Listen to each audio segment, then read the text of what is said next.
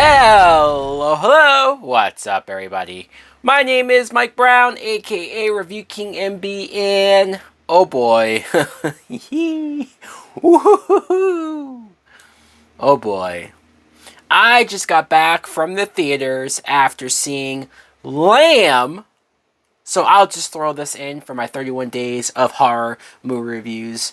Lamb is a 2021 film that was directed by Vladimir Johansson.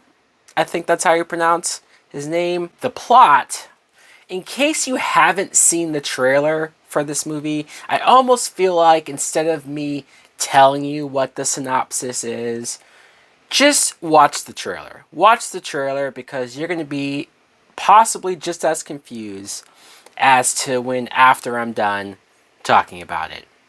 You see this married couple who live on a farm. They have sheep that they herd and breed and whatnot. And all of a sudden, one day, one of the sheep gives birth to a special lamb. And this lamb is not just a lamb. It's a hybrid. And so they decide to raise this sheep child as their own. And as weird as that sounds, as as that probably is coming across, and it is. I'm watching this movie, and for the first half of it, I'm like, okay, I guess this is just, something weird and random happened to this couple, and we're just watching them raise this sheep like it's nothing. And so I started to think, well, maybe I won't add this to my 31 days of horror because it's not as much horror as I initially thought until you get to near the end. And I won't really get into what happens, but let's just say that there are other things out there that might not necessarily want them to have this baby sheep. Now, what I thought of Lamb was, wow. Wow. I did enjoy the movie for what it was. I did. It's very off the walls as far as a concept or idea. You're almost sitting there wondering, what is the purpose of it? Of course, this married couple, the woman is played by Noomi Rapace, which I feel like I haven't seen her in a little while. So it was nice to see her here. By the way, the whole movie is in Swedish. So you're going to have to read subtitles.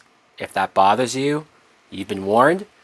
But it was fine because there's actually not a lot of dialogue going on here. A lot of this is building atmosphere, scenery. A lot of the shots are well directed as far as showing you the scope of the land that they live on and the mountains and just everything that goes on with their daily life with these sheep and whatnot. And at first I was looking at this couple and thinking, okay, they're not as affectionate as maybe you would expect a married couple to be. I mean, I know the joke is that, well, once you get married, all that shit goes away.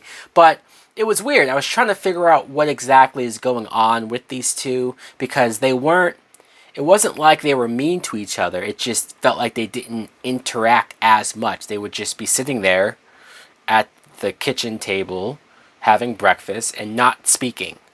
But then the next scene, maybe they'll just say like a sentence or two to each other. And then that's it, right? It was kind of awkward. And it's not till you realize that, okay, having this baby lamb means so much to this couple for so many reasons. And so that's when it starts to make sense. That's when you start to see why it's not even that weird for them when this lamb gets born and why they're so quick to raise it as a child. The sheep, the mother sheep, I felt bad for that sheep, very much so. There's a dog and a cat that live in the house that see them take in this baby lamb, and they're kind of like, I swear, if this was Look Who's Talking and you could hear their thoughts, they probably would be going, what the actual fuck is going on here? So all of that's going on. You have the husband's brother who eventually shows up, and there's some drama there. But like I said, it's not until the last half of the movie where the horror starts to happen. And I wasn't expecting it to go in that direction. I'm still sitting here thinking about how I feel about that ending, and if maybe I wish they talked about it more or explained some stuff more, or maybe it's just better left ambiguous, left in a way where I have to fill in the blanks and I have to sit there and go like, wow, all right, I guess this is what's really going on. How effed up is all of this? This is an A24 movie. Let me just also get that out there, because A24 has built a reputation for making far out there films, movies that are just like, what am I in for? And I think some of their films are really cool, and other of their movies are complete misses.